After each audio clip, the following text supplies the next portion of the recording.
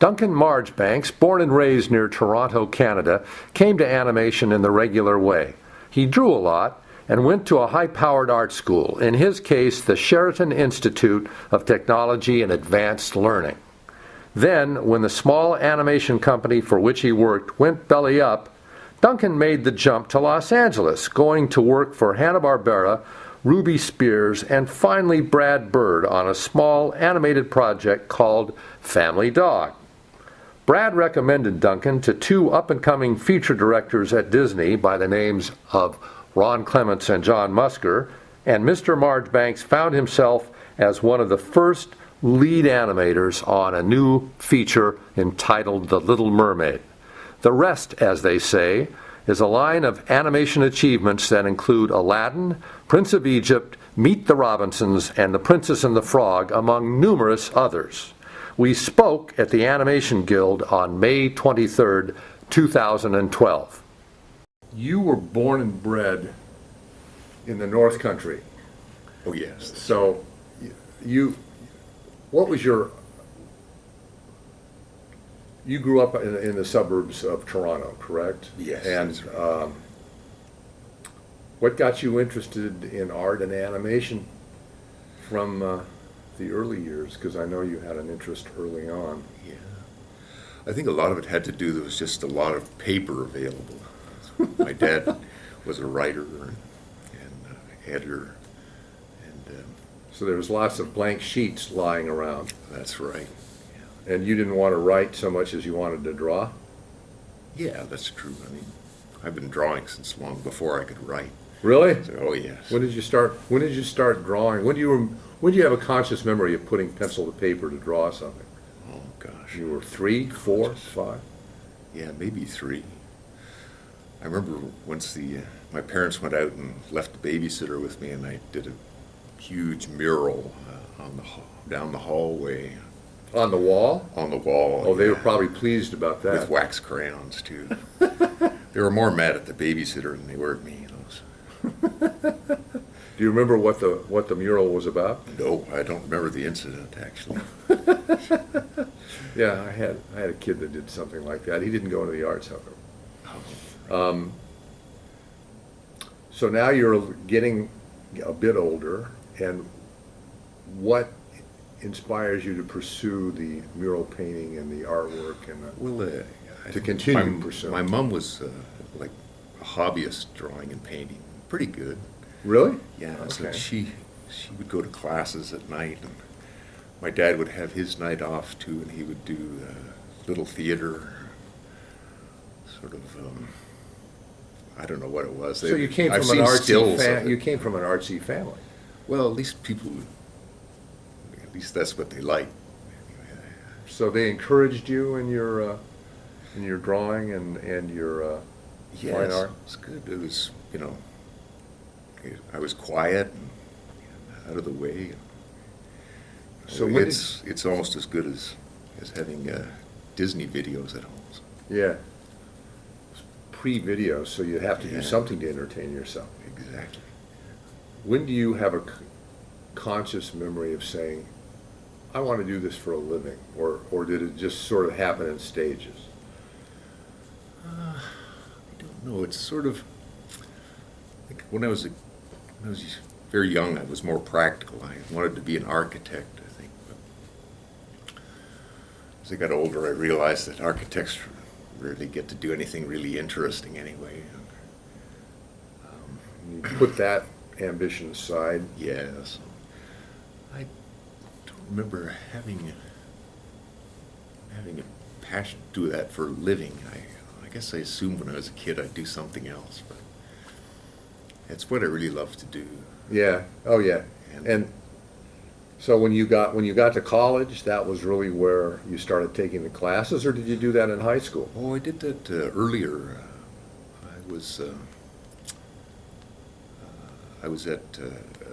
I transferred to C.W. Jeffries in Toronto, which was an art Kind of an art. art magnet school. And C.W. Jeffries was the guy who illustrated all the Canadian history texts for kids. Wow. So that was good. And I learned how to do lettering with a ruling pen. Cut out letters. Yes, and all those crude graphics. And then you said that when you got into college, there were animation classes. Well, before that, I remember, I can't quite remember the motivation, but I begged my parents to send me to this art camp. It was run by John Syme, who's a teacher at OCA, Oh, Ontario okay. College of Art. And he ran this in the summer.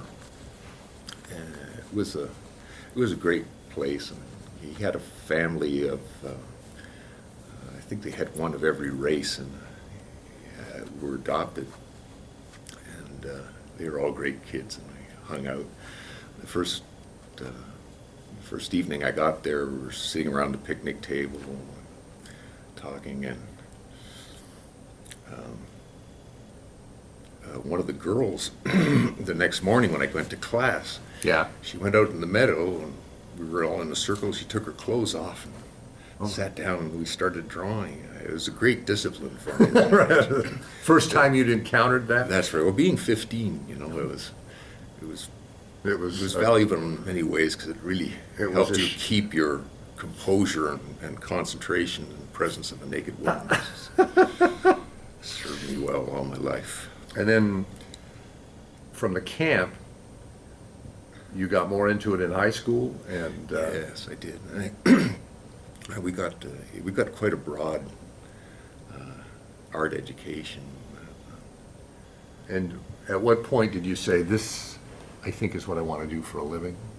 Was there a epiphany? Was there a point where you said, yeah, I'm really going to make this my profession, or I'm going to try to make this my profession? Yeah, I think it was about the time that I transferred to Jeffries. I realized I wanted some kind of an art career. But you didn't know what it was. I had no idea what it would be. I was, I mainly drew to amuse my friends, or comic strips, or Did you humiliate have- my teachers. Or, Did you did you draw? I think I asked you this before. Did you draw for the school paper? And yeah, I was sort of a high school artist in my previous high school. Everyone was a high school artist when I got to Jeffries. It's good that they kind of prepared me for college, where, because you had a lot of people around you that were also drawing. yes, that's right. And when you go to college, it's an even more rarefied group, because they're all big high school artists. So when you got to college, you were telling me earlier that you had an epiphany when you took an animation class. Yes, that's right. Yeah, I took what was called Arts Fundamentals. Yeah. So I wanted to get regrounded, and I'd had a couple of years as a steel worker and gas jockey before that. So Was that a year-round job, or was that a summer that was job? like a regular. So you regular knew pay that rate that job. wasn't what you wanted to I was do. Yes, I was very focused in that way, that I knew I didn't want to be a steel worker anymore. Yeah. And so I took this sort of general course that you get a taste of everything: graphic arts, 3D design, real smorgasbord. One of the Life electives was animation, and that just blew me away, the idea that I had a whole new dimension to draw in. It's like a wall disappeared. So what was your first, did you do some animation? And Yes, it was a metamorphosis test. So it's very simple. You just change from one thing to another. oh, yeah. So what did you change the thing to? Well, I had. What was the thing, and was what a- did it change to? It started out with this guy reading a paper, and his hat turned into a monster, like eyes came out like this. And I was just going straight ahead, so I thought, oh, geez, I don't know what I'm going to do with this next. So his face broke open, and a gun came out and shot the monster. What did your professor think of that? We thought he liked it. It was, actually, it was Bill Matthews. Oh, He was really? my teacher, and he was. Who you encountered later, probably. Yeah. Oh, yes. After, he sort of followed us down Really? back to L.A., but he'd been with Disney's before. he'd been in the layoff after Sleeping Beauty, and Yeah, I think I talked to him about that. yes, he worked at JPL. Jet Propulsion Laboratory. Yes, back when they were doing, you know, animated, Oh, okay, so he was an their animated animation. representation of Sputnik and stuff. He was doing their animation for them. Yes, right. I So it guess was a that's lot of good layout. Yeah, he knew too. Now, Clever stuff. so when you graduated from college, you worked in the Canadian animation industry, and you had a little, you had a year's worth of experience with a startup. Yes. And that's how did right. that go? Well, I'd been in Ottawa doing animation and film strips, and basically what I'd been doing in the summers when I was home there. And Roger Chasson called me. Yeah. One of the Chasson brothers from Yowza, and he'd been working at Hallis and Batchelor in England. And Hallis wanted to start a Canadian animation company to farm work out to. And this sounded great, of course. We all met in Toronto, and Hallis's partner in this project was Murray Swagman. He was a film distributor. So we put up some partitions in the back of the warehouse and wired walls and built desks and set up shop. And we did a few titles for short movies or educational films. And that's where you learned to Yeah, well, we also did a cut out the letters. reel for a company, which we're going to call Animage, and we showed Murray the pencil test, and he had nothing to say. He had no idea. It was just a really bizarre little spot. But around this time, it was clear that Hallis was suffering company senile wasn't going- dementia, and it was not going to be a company. And Al Gaivoto, some people will remember from town, he was down at Hanna-Barbera, and they were looking for animators. They said they'd get us work permits to come down and work at Hanna-Barbera.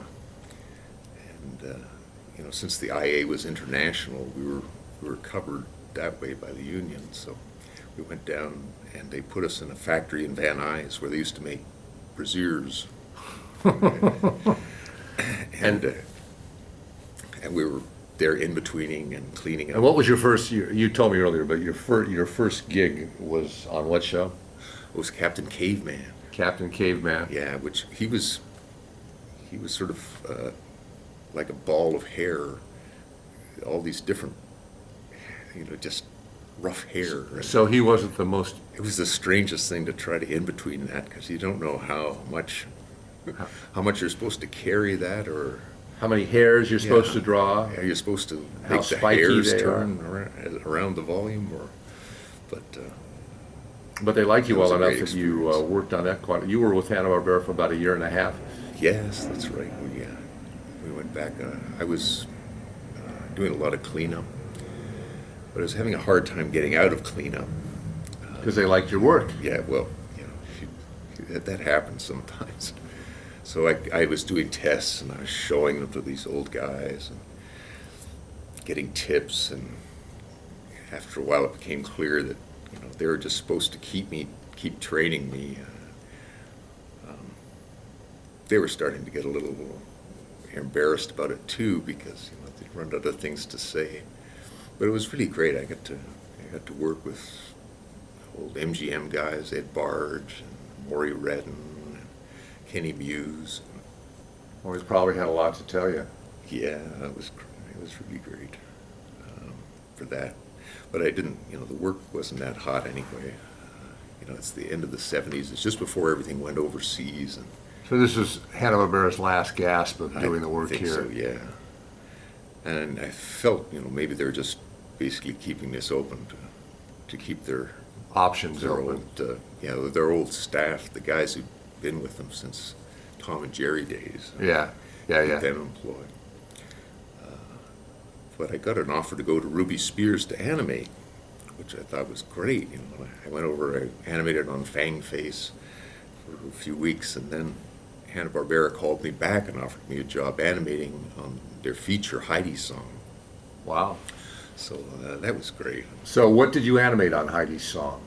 And who did you work with? Oh, well, Nick Nichols was directing at that time. And you know, a lot of the old guys. Charlie Downs was animating on it.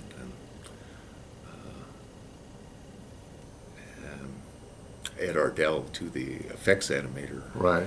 was working. He showed me how to do Heidi bouncing in the straw.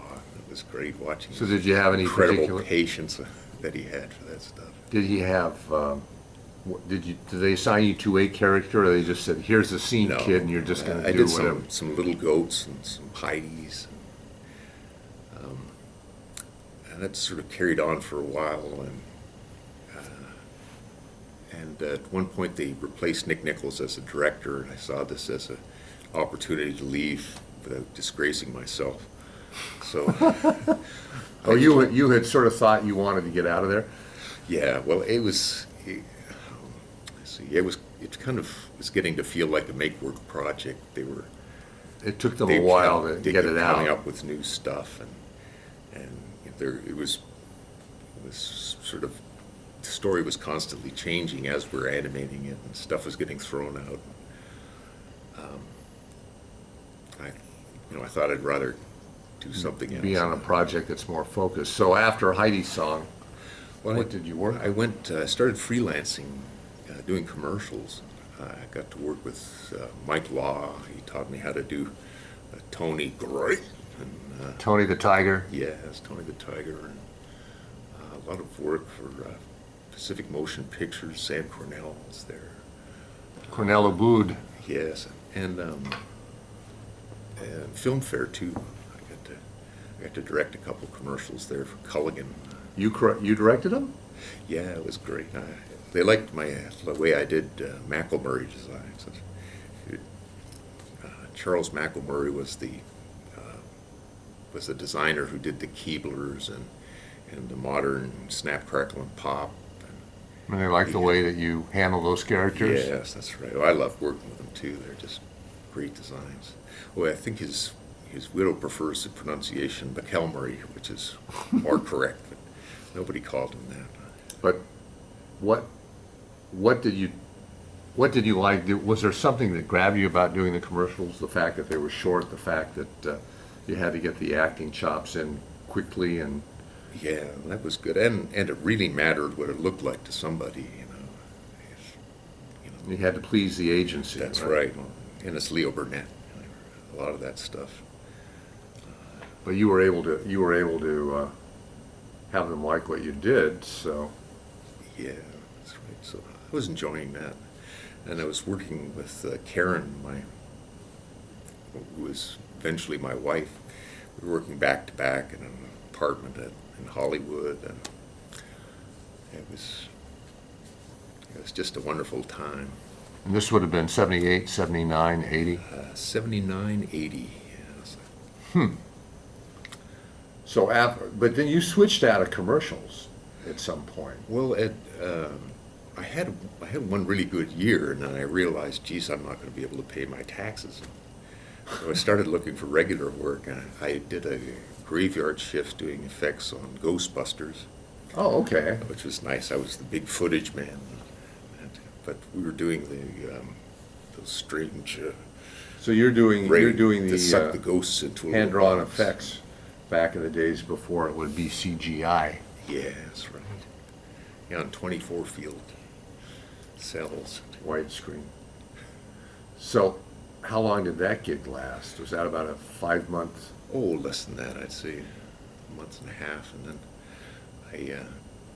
I took my portfolio to Ruby Spears, and Ken Spears hired me for the art department, and so he. So you He set you me go up. from character animation to effects animation to the art department, and you're doing layouts, designs, I think character design? Yeah, character designs, some storyboards, a lot of turnarounds. I mean, sometimes they'd have 20 characters in a show, and they'd all need to be turned around. And you were working with John Dorman as your supervisor? Yes, that's right. Now, how was he? He's a wonderful boss to work for. He's very protective of his art department too. And he liked to mix things up? Oh yes, always. Yeah, he'd been in the business since he was 16, and he sort of got adopted by the DePattys, of DePatty Freeling. So he knew all those guys, and he'd been doing storyboards forever. Yeah. Oh yeah. Yes. I knew him well in his later career. Oh, yeah. So, but what did he used to do? You were telling me that he'd get on the PA system and. Yeah, it was just a lot of fun. We'd go. We'd all get on the PA system. Tom Enriquez would play guitar, and Jim Woodring would be playing Clarinet. a trumpet, actually. Trumpet. Yeah, but mostly we didn't know how to play our instruments anyway. So Tom Minton was there, Kathy Altieri, great background painter. You interviewed her already. And But David Silverman was there. Oh yeah. Oh, this is prior to The Simpsons. Yes, well prior to The Simpsons, yeah. So you had a lot, and Kathy went over to be a production designer at DreamWorks, and David Silverman became the Simpsons director par excellence. That's right, yeah. And you knew them all before that, Yes, before they went onward and upward. Before they moved on, yeah. But you could tell that they were. Oh yeah, you could tell everyone was pretty talented, and they got a chance to really do some good work. We'd do a lot of presentation artwork too. Jack Kirby would come through and bring in these Marvel guy. boards of just bizarre ideas, and we'd paint them up. Now, did Kirby ever work for Ruby Spears, or? Well, he I don't know if he'd worked in animation at all before that, but he was part of pitching all these shows. He and Gil Kane, who was the guy who came up with the Green Lantern, is an amazing draftsman too, and he had a lot of great wisdom to impart. He was. When Kirby came through, did you get to know him at all, or would he just be part of the pitch? Well, not too well. It's sort of like you're in the presence of God. But I remember he used to call me Ace. Really? Yes, I would just blush every time he'd do that. He may have called all the guys Ace for all I know. Maybe that's because if you couldn't remember your name, you became Ace. That's right, too. So, after Ruby and Spears, where did you move on to from there? You were doing a lot of different things at that period of time, right? You didn't stay in one place very long. Well, while I was working at Ruby Spears, I took a leave of absence. I'd met Brad Bird before when I was freelancing, and he had a project for Steven Spielberg's Amazing Stories of Family Dog. Yeah. And we went to a little loft down on Traction Avenue downtown before it was gentrified to. I remember when it was really down and dirty. Yeah, that's when they still had, people wandering around from the Mission, waiting for that in the gutter. And we had a chorizo factory next door, and the smell was just indescribable. In a good way. No, No? in a horrible way. Like, Really? I couldn't eat chorizo for years. But I met a lot of great animators there. Chris Buck was there, Dan Jupe, Juliet Stroud Duncan. Gosh, Now, how was Brad to work for? always Was great. he focused? Yes, very focused, intense even.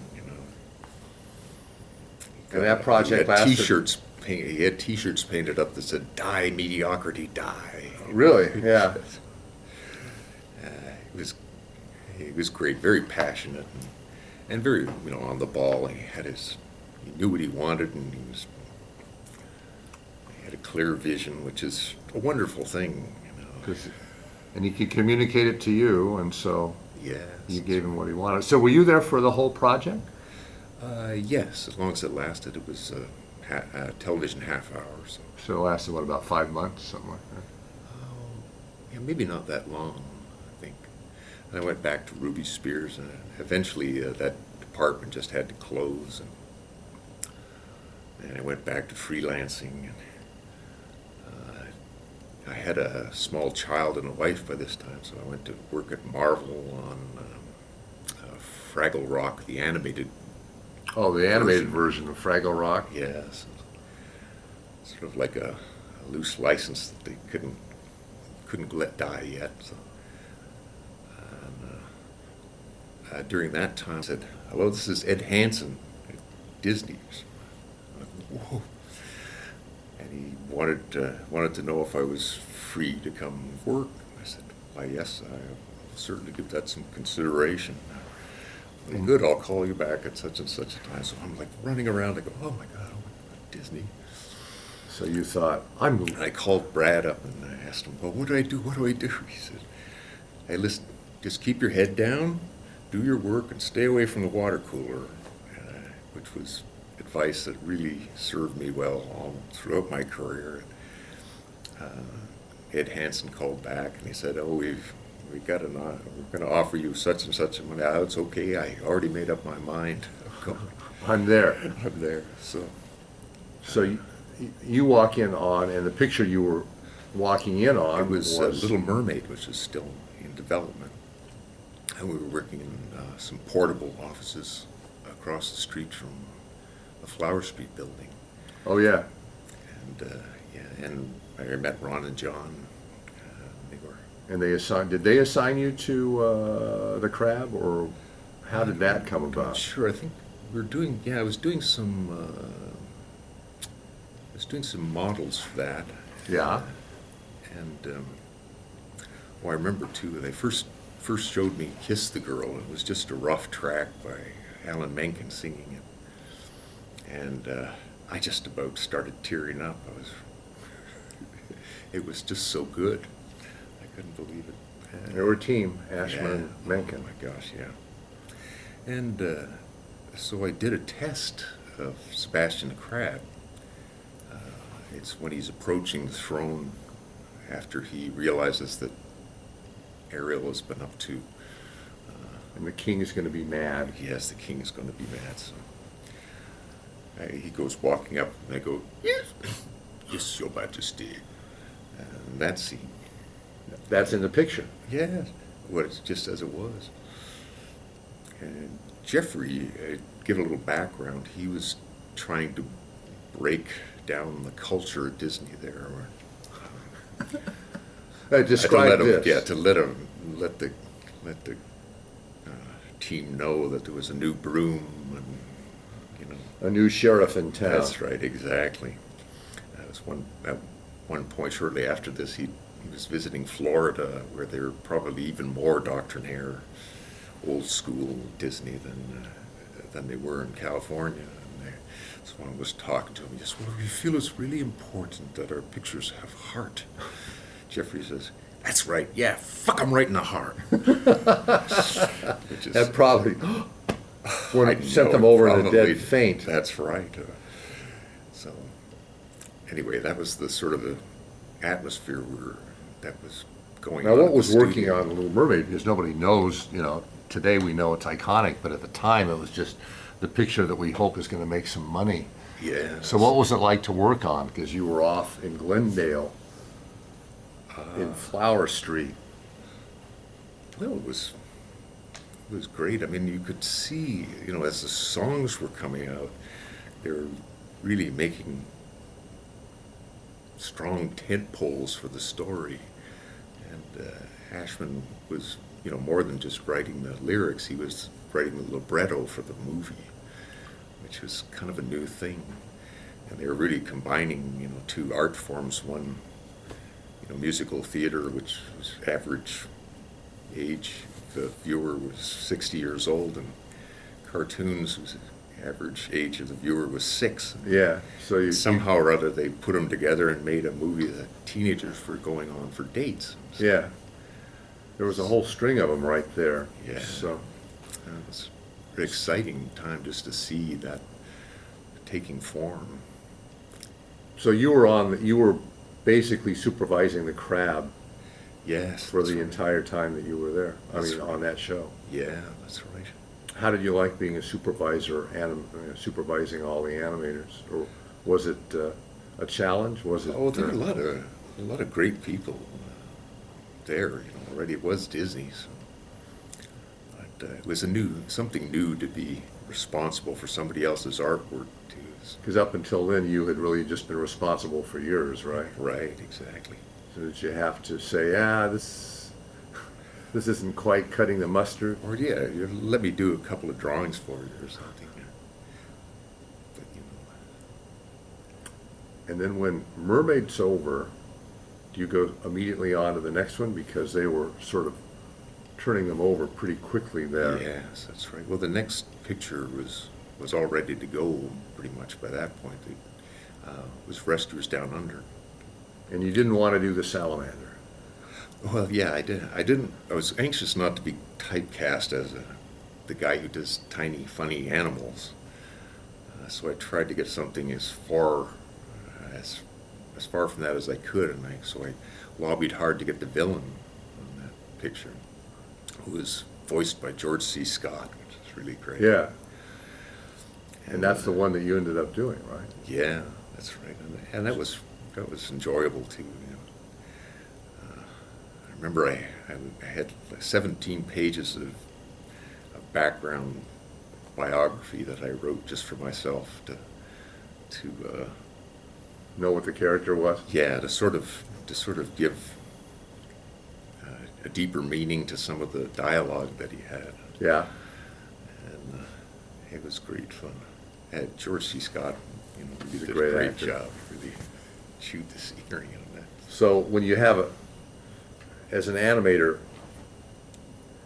do you prefer having an actor who's really delivering a lot? Does that make it easier, or would you rather have an actor that's maybe not delivering a lot so that you can add more in your drawings? Or is there a preference, or do you just go with whatever the voice track dictates? Well, I think dialogue scenes are dialogue driven, so it's nice to have a little caricature to begin with in the voice performance, because you're going to have to push all these emotions so you get them to read in animation anyway. It needs Now, to what be was your- a little over the top. On these pictures, what was your approach? Because I've asked this, in fact, I remember Hal Woolley telling me this.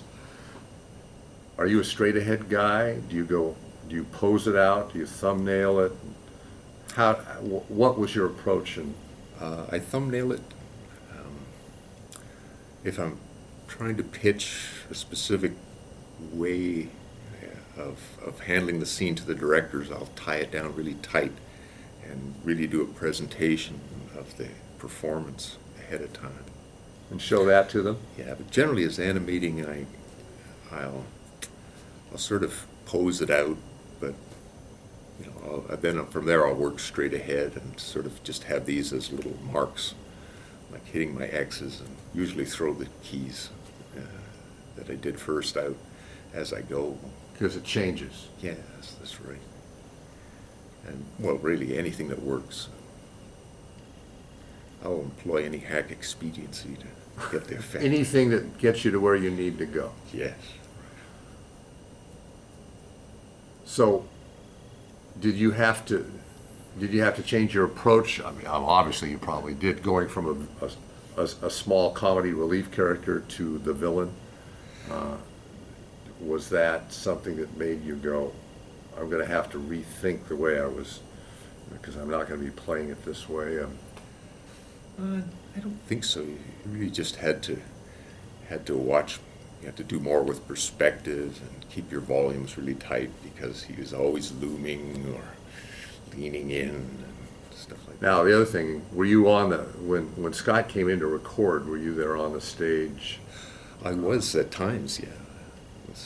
And that gave you an idea of how you wanted to play it, because the way Yes, he's... that's right. Well, it gave me a good idea what the directors wanted too, so I could hear their comments while he's Now, did they shoot any video of Scott, or was it just you just had to go and- really. I don't remember. No, I guess they probably did, but I never really You didn't used use it? No. but you used the stuff that you got from him on the stage? Did he Yes. put, now, is he one of these guys that puts a lot of acting into it, even though it's just voice work? He's, Oh yeah, he even made some little additions to the dialogue, like made him a little bit more ignorant than he was on the page, so, which helps, you know. yeah. So when that picture wraps, what do you go on to from there? Well, at that point, my son was getting about school age, and I was thinking about moving to London because there wouldn't be a better time. I really wanted to work in commercials again, and hopefully Did the studio try and keep you, or did they say, wait, you don't want to leave? Or did they go, okay, whatever you want, call us when you're back?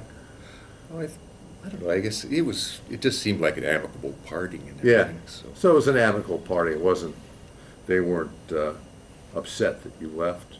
They Yeah. weren't happy about it, but they weren't, Yeah, I don't think they minded. I don't know. I guess, So what happened, so how long did you stay in London? about 9 months. And what did you work on? Well, as it turned out, the dollar was so high compared to the pound that it was mostly stuff for the American market, anyways. It's like I was thinking, I'll get to do some really trippy European commercials. It ended up being American commercials It was down in mostly, London. yeah, it was like Lucky Charms and stuff like that. Now, hadn't you been doing some of that stuff? You've been doing the Keebler Elves, which are not Lucky Charms, but Yeah. close to. Yeah, it's that sort of stuff, yeah. So how many commercials did you do while you were over there? Oh, I don't even know. It was Half dozen? months, You- 9 months, At probably. least half a dozen. You didn't direct any? No, I didn't. What caused you then to say, okay, I've done enough of this, I'm going back to Disney? Oh, I think it's mainly my wife was really miserable over there. She's a very friendly, outgoing person. Yeah. She can make friends with anybody, but not in London. Really? Yeah, even the nannies wouldn't talk to her when they're walking the babies through the park and stuff. It was quite a cultural shock for her. And so After they- 9 months, it was yeah, back to they Burbank called and for, further. well, they called me there for Aladdin. And it was great because I was in Europe. Everybody gets a month's vacation. So I managed to talk them into giving me all this vacation time, which I took at the end of the picture. But yeah, I was glad at that time to hear about it. So what did they give you when you came back and worked on Aladdin? What was your, I mean, I probably have it here, but. My character? Yeah, what character were you working? Well, that was Abu the monkey. Oh, that's right. It's right here. Yes, his sidekick. So that was a fun role too, and I just loved the. But you're back doing design. funny little animals. Yes, that's the thing. Opinion is divided about whether I'm a funny little animal guy or a big imposing villain guy. It's good to There's have nobody- both. Yeah, You can go two different ways, and that's they're right. 180 degrees At from least one two another. ways. So, yeah. And Abu was great. I loved the design on that picture too. It was all very much based on Eric's genie, his styling. The genie being made of smoke, it was all curving lines, Yeah. and that's really I really enjoyed. It was really an insight for me to see that because I generally had followed the Picasso-inspired straight against curves and the golden age, late golden age So- animators. But here you had no straights. You could use the straights to express force instead, and it gave the animation a great snap and liveliness to it. Yeah. I always like, of that whole period, Aladdin is the picture that does it the most for me. More than Lion King, more than Beauty and the Beast. Yeah. You know, it's the one that, and they were probably finishing up Beauty and the Beast when you came back, right? Yes, they were. That was one I missed. And then after that, you slid straight over into, I think you did Hunchback Well, no, and Pocahontas. Oh, Pocahontas. was next. They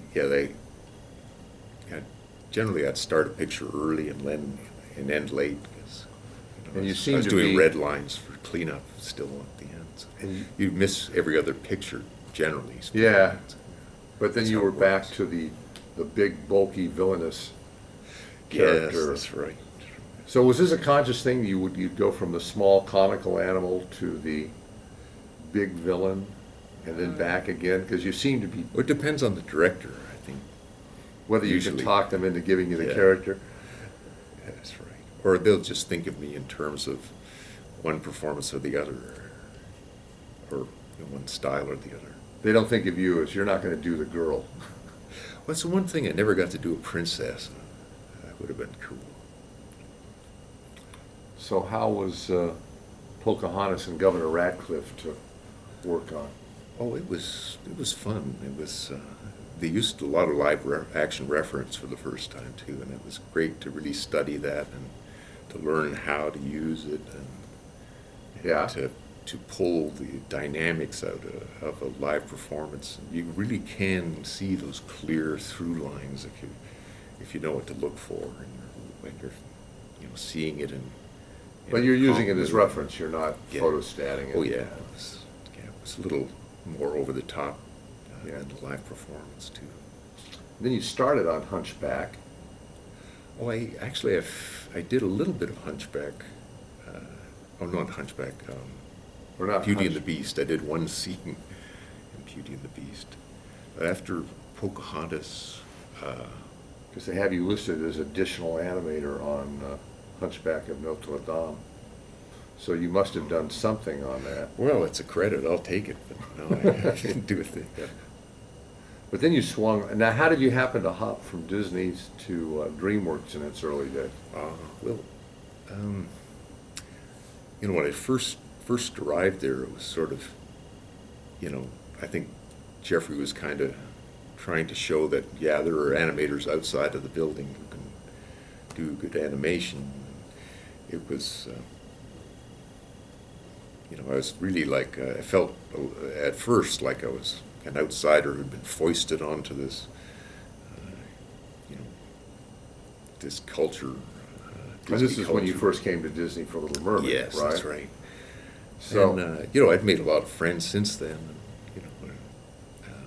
did But Jeffrey I was give you worried, the- like, I don't know what this business would be like without Jeffrey. And also the idea that there was a second animation studio was exciting idea too. Yeah, It's yeah. like the old joke, if you have one lawyer in town, he's poor, and if you have two lawyers, they're the richest guys in town. So, Yeah, but that is sort of, stealing work from one another. yeah, that's sort of, or, suing each other. And, Now, how did you get on to Prince of Egypt? Did you get the phone call from Jeffrey to come on over, or how did that come about? I 'Cause think a I lot of called. people I think did. I called DreamWorks at that time. Really? Yeah. And they were happy to have me though, which was flattering. And Kathy Zielinski was already over there. Largely it was Amblimation kids. Yeah, yeah, Awesome, amazing European artists too. yeah. Spectacular. There was a big sort of rift that I got in, sort of sideways.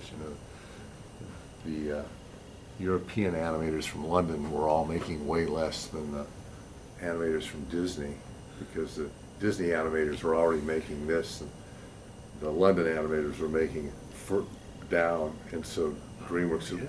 "Pay you here," and they were still paying a lot of the Yeah. Disney recruits Well, that's more right. money, and it got a little sticky because a lot of people called me to complain.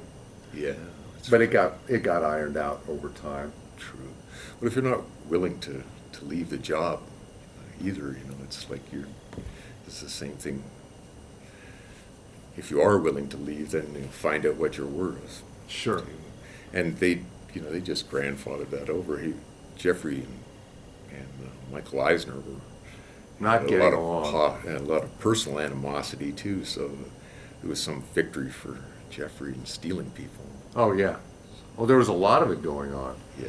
And I sort of caught wind of a lot of it because people would call me up and say, this is going on and that's going on. Yeah.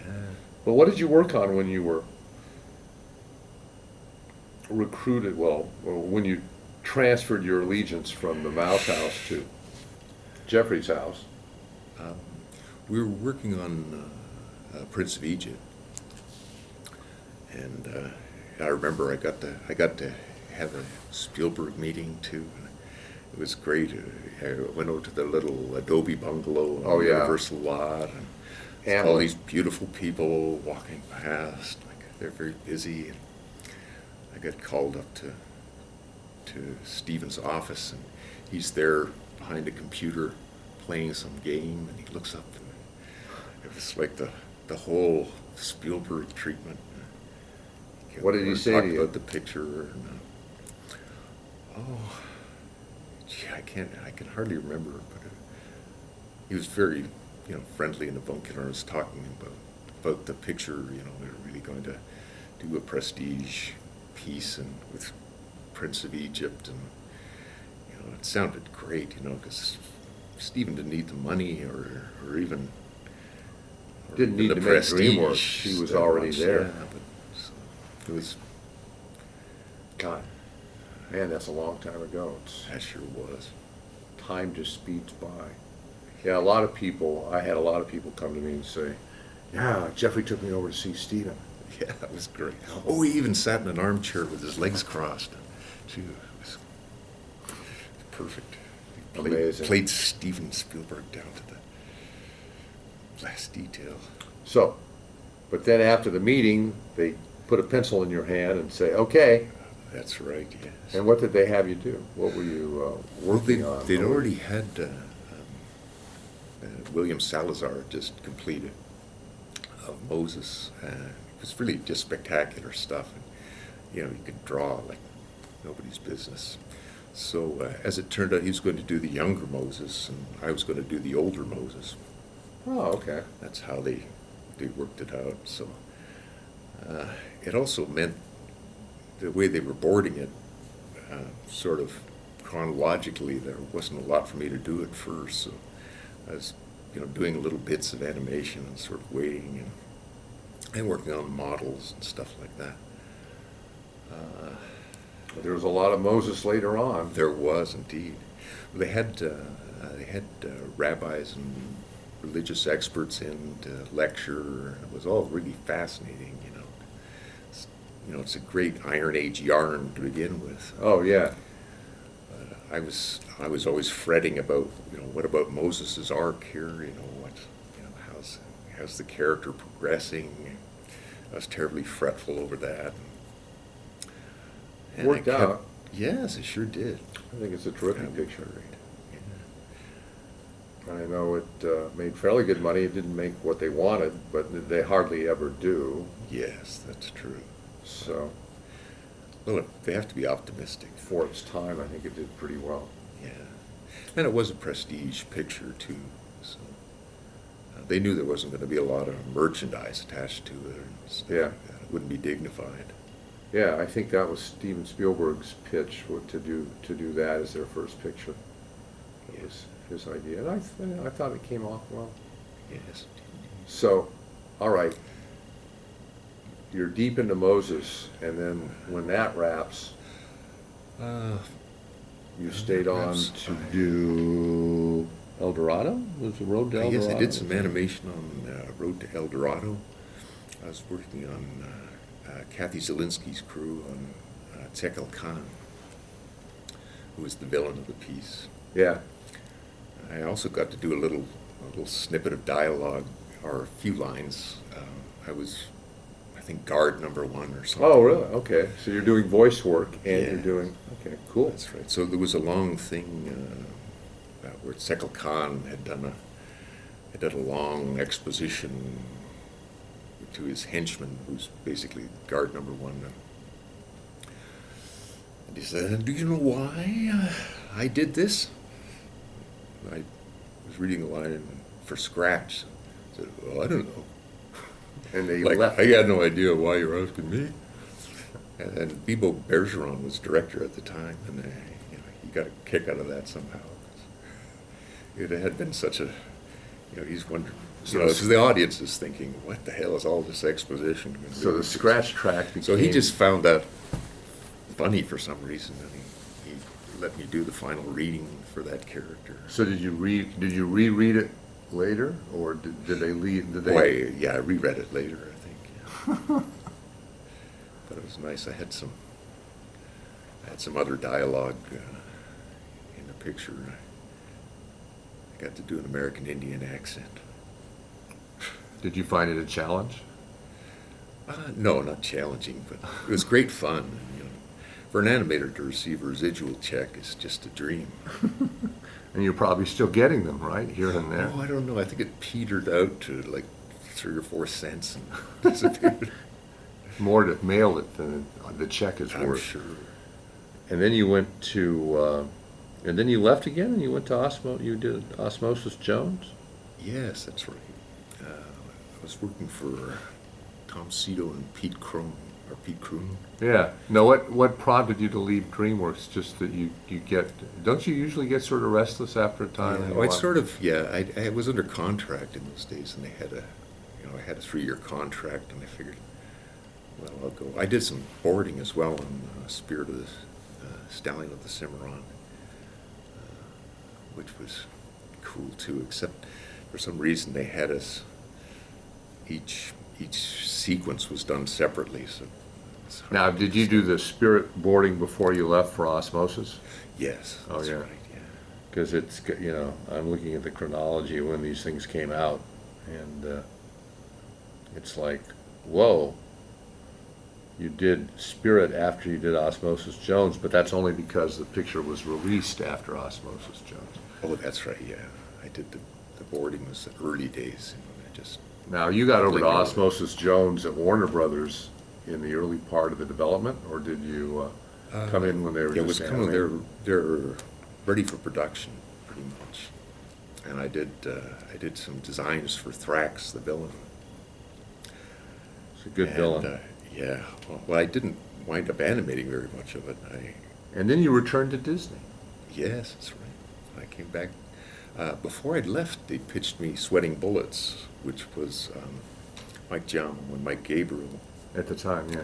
had been developing this story. It's about a little calf and an elderly horse who's his mentor, sort of, and they're on a long cattle drive. There are these ghostly cattle rustlers who come and capture the cattle. I think they were stampeding them over a cliff or something. A bit different than the way Yeah, the picture turned out. It was. Well, it came back months later, and the guys pitched it to me as there were these 3 cows. It's sort of like there's this wheel of reincarnation. Sometimes it gets spinning. I mean, that picture was in development for so long. Ed Gombert was telling me that at one point it started out as Captains Courageous on the Prairie. Oh, wow. And I didn't even know when that. he developed that early on, because I used to walk into his room and Vance would be at one table and Ed Gombert would be at another. So it's, and it had several sets of directors. Yes, that's right too. So they said, well, we have these 3 cow characters. I know we were talking about Buck earlier for you, but Buck is kind of shaky. We're not sure if he's going to be in the picture. And he was, but in a different incarnation. Mike Surrey animated him. So I wound up with Mrs. Calloway, who was voiced by Judi Dench. Good actress. Yes. Were you on the stage when she came in to emote into the No, I microphone? think she was recorded remotely, I think. Oh, okay. Or maybe they went to London. I think maybe they did. But So you just had the voice tracks with her, none of the visuals. We had, yes, I did have some videotape of her too. Oh, Though okay. it wasn't, wasn't all that useful. Being that she was portraying. Cow, human, That's yeah. right. You couldn't translate it very well. That's right. She was flawed, credible I always thought cow. the characters in that were a lot of fun. Yeah, Picture. yeah, it was a fun picture. And about that time, Disney was changing its focus. And what were the challenges for you? Because you went on to do Meet the Robinsons. Oh, yes. Well, because it was a 2D picture, it was starting, the characters were starting to get more angular, and I think they're they're sort of making a fetish of its two-dimensionality, but they still moved in space. Yeah. And that was yeah. kind of a transitional period. I think they're on the way to becoming a 3D studio. And that's where you became a 3D animator, right? Oh, on Meet the Robinsons. Yeah. Yes, that's right. Yeah, I got on early. I was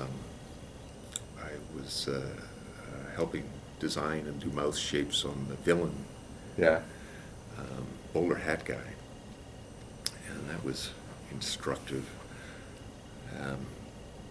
The problem was because the new, they're going over to a new type of management. They had everything organized according to department. David Staten was their head of the studio, and it was kind of awkward to work because you had to. I'd do drawings of mouth shapes for the villain, and I'd give them to my supervisor, and he'd take them to the supervisor of the modeling department. They'd have a meeting, and then they'd come up and they'd show me notes. So I kept trying to push the expressions, and they kept coming back less, like, or just not not quite as pushed. And as it turned out, it was something to do with the way they were dealing with the UV surfaces when it went to CG? to final color. Yeah, yeah.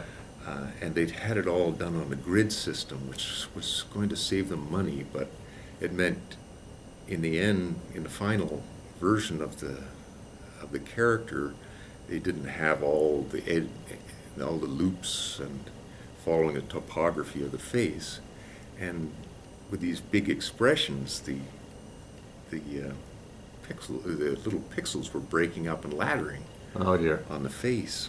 So I didn't really realize what was that. They kept sending me stuff, and I kept sending them notes.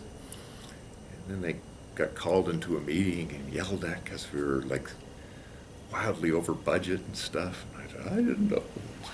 Now, by this time, this is the John Lasseter, Ed Catmull regime? Or Oh was no, this is before. This was still when Pixar. David Staten Yeah, was this is. there. I think Disney was trying to, Purchase picture. trying to do it their own way. Yeah.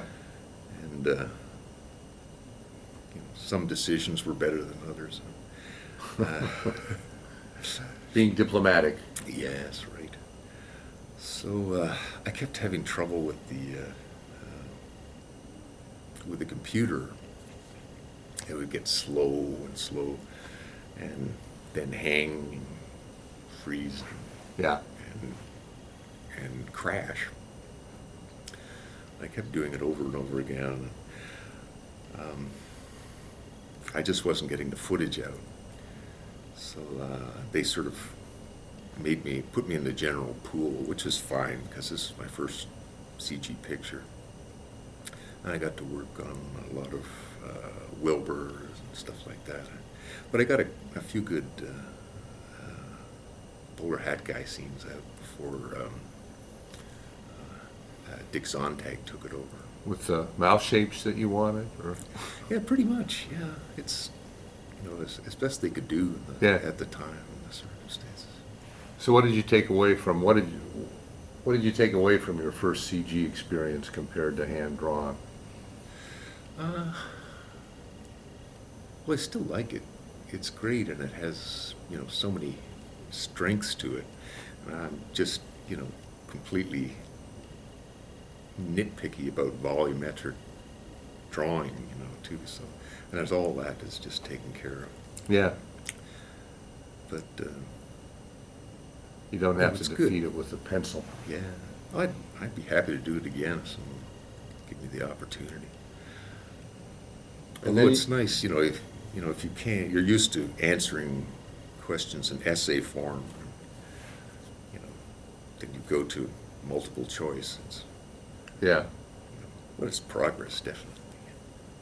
So you're not one of these that go fey on CG animation. No, no. You, I always, I've been following CG since the 80s. And I remember before my wife had the child, I'd been saving up for a CG system. I had like $11,000 saved up to get a stroke pen plotter and a CG system. I'd done a lot of work for Robert Abel when I was freelancing too, in circumstances where they needed to brute force something Yeah, yeah. volumetric that they couldn't do with the glowing lines and stuff. yeah. So I was really definitely interested in I always wanted to be a footage guy in CG. But the computer kept breaking down. Yes, Or I don't freezing know. up. Yeah, I don't know why. They've eventually got me another computer, and it didn't seem to help. Like a brand Really? new computer. It still happens. So, Maybe it was the network. it's something to do with me, I'm sure. But then after Meet the Robinsons, was it back to freelancing and all that kind of stuff? Or did you, because you then worked on Princess and the Frog, but was there a gap there between Meet the Robinsons? There was some downtime, which was very uncomfortable. I just hate downtime. But there was a lot of classes to take too, so I filled that in. So you Have to stayed do at the some- studio right through until Yes, I did. Princess and the Frog. Right, right. And then, let's see, what did you work on Princess? You were doing Big Daddy LaBouffe. Right. He's the The- the father of her friend, the rich family. So you're back They to worked- doing a big guy. Yes, that's right. So I'd asked for a human character, and if they could give me a human character, because they were, I was the small animal guy as far as Ron and John was thinking, But they broke out of the box for They this. did, yes, right. So what did you have to do to convince them, or did you have to do anything? I just asked them nicely if they, I would have done the frog. I'm sure they know. But, It's a gator. or a gator, yes. But, Big gator. so, switching back and forth from CG to hand-drawn, is it like any kind of media shock, culture shock, or is it just, oh, back to this again? You get to the point where you No, slide it's- from one thing to the Yeah, next? I don't think there's a great deal of difference in it, really. I've had some animators tell me, oh, it's, when you're animating in CG, it's like digital puppeteering, but I know that you still need to have the same chops, and that you're not drawing, but you've got to know, Yeah. how to pace that's it, act it, react it, the arcs Yeah, and all that's that true. stuff. So Well, that's the way in CG. you're just not getting there in the same Yeah, way. but I worked on really well hammered out rigs too. They were, very robust. So they were easy to manipulate and Yeah. do what you wanted. Well, their main characters, the villain and Wilbur. So I did. So they're both, in CG there are no small roles, only shoddy rigs. You're right.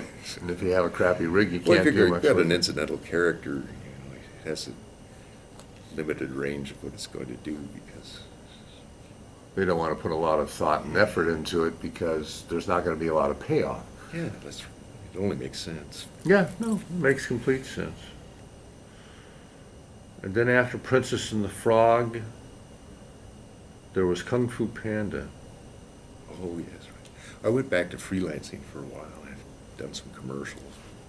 I got a call from Ken Duncan's studio to come and work on that. It was a DVD extra for the Kung Fu Panda 2. Right. And yeah, it was a lot of fun. And there's another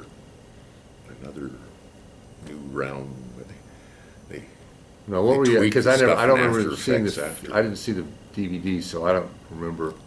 Well, I had a bare bones DVD without the extras on it. So, yeah. what It was were you really, animating? It was Poe a and- number of characters, the turtle, the alligator, and But this was all hand drawn stuff, right? yes, This was that's all- right. Yeah, and limited, like the old days. But they tweak it. They also tweak it in After Effects too. So Yeah. it's It's a little different. yeah, it's real interesting too. And was it after that you did a lot of the animation wraparound for Enchanted? Oh, no, actually, it was during the downtime at Disney, between pictures. They lent us out on Enchanted. Oh, okay. So you were still a Disney employee, and you just went over to work on the. Yeah, that's right. I was working at James Baxter's studio. Yeah. So we'd go over and pick up work and take it back to the studio to work on. And what were your assignments over on that? Because there was what, about 10 or 15 minutes of animation, Yeah. the that's beginning and the end. Yeah, little bits of some squirrels and a section where the ogre reaches in to grab the girl and crowds and crowds of little wonderful forest creatures. It's almost like going back to Bambi and Snow White. It really is. Yes, it's slightly parodied. And is there anything that I missed? Because I think we've sort of come full circle here. And I've got my Yeah. wrap-up question, and then I think we're done. So, of all the pictures that you worked on, or have seen as a kid or as an adult, what are the 3, 4, or 5 that you're fondest of, and why? This is a multiple choice essay question. Right. Well, I think the first movie I ever saw was Darby O'Gill and the Little People. And it made an extraordinary impression on me because I knew somehow or other those were not real leprechauns. And yet, there it is on the screen. You can't deny what your eyes are telling you. And it made a great impression on me. But the second picture I saw was Pinocchio. Yeah. And Pinocchio, it was, it's such an amazing film to begin with. But I especially remember the scene on Treasure Island, shooting pool with Lampwick. Right. He And how changes. everything was quiet there, and just what an amazing tension was building up in there. I had no idea what was going to happen, but I was almost inside out with apprehension watching that. It was just a great. Yeah, that's a pretty horrific scene, actually, Yeah. where the kid. Mainly the tension of it, it's like, hey, where'd all the kids go, and here's the two of them, and it's quiet. There's no soundtrack popping up. Yeah. Oh, yeah. It made a great impression. There's a thing on YouTube. I think that scene, some of that scene is in pencil. They have a pencil test of it on. I think I've seen it somewhere on the internet, Oh, yeah. which was kind of interesting. Because it's Lampwick morphing and breaking down. Of your own work, Oh, well, my own work. or the pictures you worked on, not necessarily your work in the picture. Do you have a favorite from all the films that you've worked on? Or two favorites? Or I think remember I really used to love the old Popeyes with the rostrum shots. They'd have a whole rostrum with scenery on it that rotated behind the character. I remember just being so impressed with that depth and how I could just walk into the picture. That made a big impression on me when I was young. The old Flasher stuff where they had the models and then the Yeah, characters. they'd have the whole street model, like a little seaside slum behind him that would rotate. Yeah, those are things that they really added dimension. Yeah, that's right. And coming up, yeah, of course, the milk scenes. The first time I saw Jungle Book and Shere Khan, I was just amazed to it's that same sort of tension between knowing Yeah. that somebody drew this with a pencil Yeah. and yet being so absorbed in the performance. It was really exciting. And other moments, like I remember Emery Hawkins, Greedy and Raggedy Ann back, Oh, yeah, back yeah, in the yeah, yeah. 70s. You'd basically go to movies, animated movies, in hopes of seeing great moments in Yeah. those days, and that really impressed me too. Yeah, Raggedy Ann had a lot of great animation. It was really, I think it was Art Babbitt's really sort of his last big swan song. Yeah, that's right too. So there were a lot of great old animators from the Disney days that made it. Well, I think, sir, that we are done. All right, great. So I thank you very much.